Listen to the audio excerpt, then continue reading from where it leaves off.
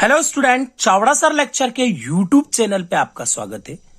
हम एक बार और आप लोगों के लिए लेके आए हैं कक्षा 10वीं प्रश्न बैंक विषय गणित अध्याय 3 लेके आ रहे हैं। हम इसमें 1 और 2 के ऑब्जेक्टिव हमने इसके पहले वाले 2 वीडियो में आप लोगों को दिए थे।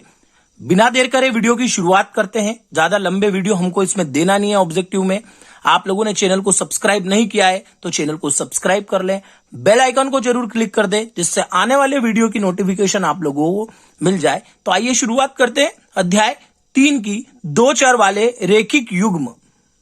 तो 2 चर वाले रेखिक युग्म पाठ का नाम है और इसकी ब्लूप्रिंट है 2 ऑब्जेक्टिव और एक 4 अंक का क्वेश्चन। हम 4 अंक के प्रश्न के लिए बाद में चर्चा करेंगे। अभी हम प्रश्न बैंक के 1-1 नंबर के ऑब्जेक्टिव के लिए बात कर रहे हैं। 6 नंबर का पार्ट है, बड़ा अच्छा पार्ट है। विलोपन और प्रतिस्थापन विधि इसमें महत्वपूर्ण बनती है। व्रजगुणन विधि भी है इसके पार्ट के अंदर। और पहला ऑब्जेक्टिव उन्होंने दिया है निम्नलिखित में से 2 चरों के रेखिक समीकरण कौन सा है। तो देखिए 2 चर मतलब जिसमें x और y हो। अब आप ये सोच रहे होंगे कि x और y तो चारों ऑब्जेक्टिव में, तो हम कैसे पहचानेंगे। 2 चर वाले जब भी रेखिक समीकरण होते हैं उसका फॉर्म होता है ax plus by plus c बराबर 0। इस टाइप का रूप हो, मतलब जिसमें x और y की घातें नहीं हो, वो वाला 2 चर का रेखिक समीकरण होगा। तो ये जो सवाल नंबर पहला जो है, जो आपका सही विकल्प है, उसका ऑप्शन नंबर डी सही है। 5x धन 6y बराबर 7 2 चर वाला समीकरण है। अगले नंबर पे उसने पूछा है कि a1 बटे a2 बराबर नहीं है b1 बटे b2 के, तो ये कौन सा हल होगा। तो याद रखना, जब पहला और दूसरा मान अगर एक दूसरे के बराबर नहीं होते हैं तो अद्वितीय हल होता है, अद्वितीय हल होगा। अगर 2 मान बराबर होंगे और तीसरा मान बराबर नहीं होगा तो कोई हल नहीं होगा। अगर 2 मान बराबर है और तीसरा मान बराबर नहीं है तो कोई हल नहीं होगा। और यदि तीनों मान आपस में बराबर है तो अनंत अनेक हल होगा। तो ये 4 ऑब्जेक्टिव हमने देखे। पहले में बताना था 2 चरों के रेखिक समीकरण, तो हमने बता दिया 2 चर वाला रेखिक समीकरण ये है 5x धन 6y बराबर 7। उसके बाद वाले में बताना था कि ये कौन सा रूप है, तो ये अद्वितीय हल का रूप है, ये कोई हल नहीं है और ये अनंत अनेक हल है। इसके बाद अन्य और देखते हैं। अन्य देखने से पहले आप लोग एक बार इसका स्क्रीनशॉट ले लीजिए, मैं इसके बाद आपको आगे की प्रोवाइड करता हूं।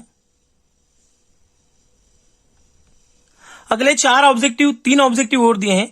रेखिक समीकरण a1x plus b1y plus c1 बराबर 0 और a2x plus b2y plus c2 बराबर 0 एक अद्वितीय हल होने की शर्त बताइए। अभी हाल हम बता के आए, अद्वितीय होने की शर्त क्या होती है। ये होती है, देखिए वहां पे जो 3 क्वेश्चन दिए थे उसके उल्टे 3 यहाँ पे दे रखे हैं। वहां पे शर्त लिखी हुई थी, बताना था कौन सा हल है। यहाँ पे उन्होंने अद्वितीय हल होने की शर्त पूछी है, तो हमने पढ़ रखी है a1 बटे a2 बराबर नहीं होता है b1 बटे b2 के। ऐसे ही अगले में पूछिए उन्होंने कि पूरी वही के वही मान दे रखे हैं और लिखा है कोई हल नहीं होने की शर्त लिखिए। तो कोई हल नहीं होने की शर्त होती है जब a1 a2 बराबर होता है b1 b2 के पर बराबर नहीं होता है c1 c2 के, तो वो कोई हल नहीं होता है। और तीसरे नंबर में पूछा है अनंत अनेक हल होने की शर्त लिखिए। तो अनंत अनेक हल होने की शर्त होती है जब तीनों आपस में क्या होते हैं, बराबर होते हैं। तो इस पार्ट में जो 7 ऑब्जेक्टिव दिए हैं उसमें से पहला ऑब्जेक्टिव आप लोगों ने देखा ही है, 2 चर की समीकरण बतानी थी और बाकी सब में हमें अद्वितीय अनंत अनेक हल और कोई हल नहीं बताना है। इसका स्क्रीनशॉट आप ले लीजिए। तो मैं आगे इसकी शुरुआत करता हूं। और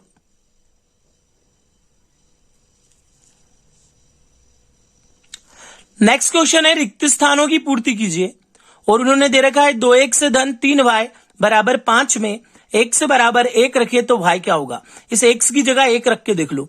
अगर x की जगह 1 रखेंगे तो 2 एकम 2 हो जाएगा, 2 5 में से घटाएंगे तो 3 आ जाएगा और 3 से 3 कट जाएगा, मतलब 3 एकम 3 हो जाएगा। तो y भी कितना होगा, 1 होगा।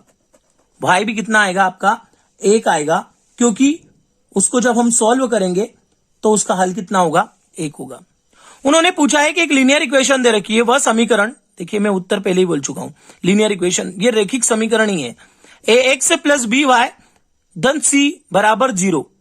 और ये जो समीकरण होती है लीनियर इक्वेशन होती है जिसमें घातवात नहीं होती, रेखिक समीकरण के रूप में रखा जाता है जब a b c वास्तविक संख्याएं a और b अगर शून्य नहीं है तो x और y में एक समीकरण कहलाता है। क्या कहलाता है, रेखिक समीकरण कहलाता है। याद रखना, इसको क्या बोलते हैं, रेखिक समीकरण कहते हैं।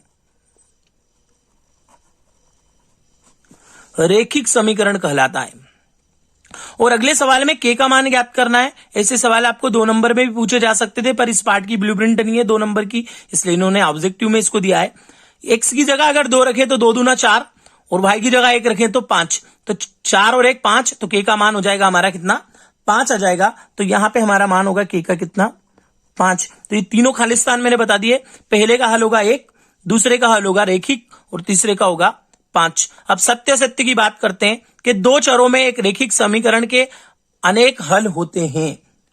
2 चरों में एक रेखिक समीकरण के अनेक हल होते हैं। सत्य या असत्य? तो बिल्कुल सत्य है, किसी भी रेखिक समीकरण के अनेक हल हो सकते हैं। अगर एक मान रखेंगे मन से तो दूसरा अपने आप आता है। रेखिक समीकरण का प्रत्येक हल उसको निरूपित करने वाली रेखा पर स्थित एक बिंदु होता है, बिल्कुल उस पर निरूपित करने वाली रेखा का बिंदु होता है, यह भी सत्य है। उसके बाद 2 चरों के रेखिक समीकरण का मानक रूप, 2 चरों के रेखिक समीकरण का मानक रूप ये रहा, ax plus B Y plus C equals to 0। तो हम इस वाले क्वेश्चन में चौथे के पहले में यही लिखेंगे कि ax plus B Y plus C बराबर 0। और फिर उन्होंने दिया है कि रेखिक समीकरण y बराबर mx में अगर ये दोनों मान रख दे तो m का मान क्या होगा। देखिए अभी हाल हमने यहाँ पे k का मान निकाला है, same as it is question है, सिर्फ हमको x की जगह 2 रखना है और y की जगह 5 रखना है। अगर y की जगह 5 रखेंगे और 3 को उधर ले जाएंगे तो वहां बचेगा 2 और 2 और यहां रख देंगे माइनस का 2, तो ये माइनस 2m हो जाएगा। 2 से 2 कटेगा तो आंसर आएगा m का माइनस का 1। तो इसका आंसर होगा माइनस का 1। जब हम इसको बोर्ड पे पढ़ेंगे तब मैं आपको इनको पूरे एक एक क्वेश्चन को समझा के पढ़ा दूंगा। अभी पहले मैं आप लोगों को बहुत शॉर्ट तरीके से एक एक ऑब्जेक्टिव पढ़ा रहा हूं। आप लोगों ने चैनल को सब्सक्राइब नहीं किया है तो चैनल को जरूर सब्सक्राइब करें, बेल आइकन को क्लिक कर दें। और ये हमारा पार्ट 3 के ऑब्जेक्टिव प्रश्न बैंक के यहीं समाप्त होते हैं। आप इसका भी स्क्रीनशॉट ले लीजिए, तो फिर हम अगले वीडियो में आपको पार्ट 4 प्रोवाइड कराएंगे। तब तक के लिए धन्यवाद।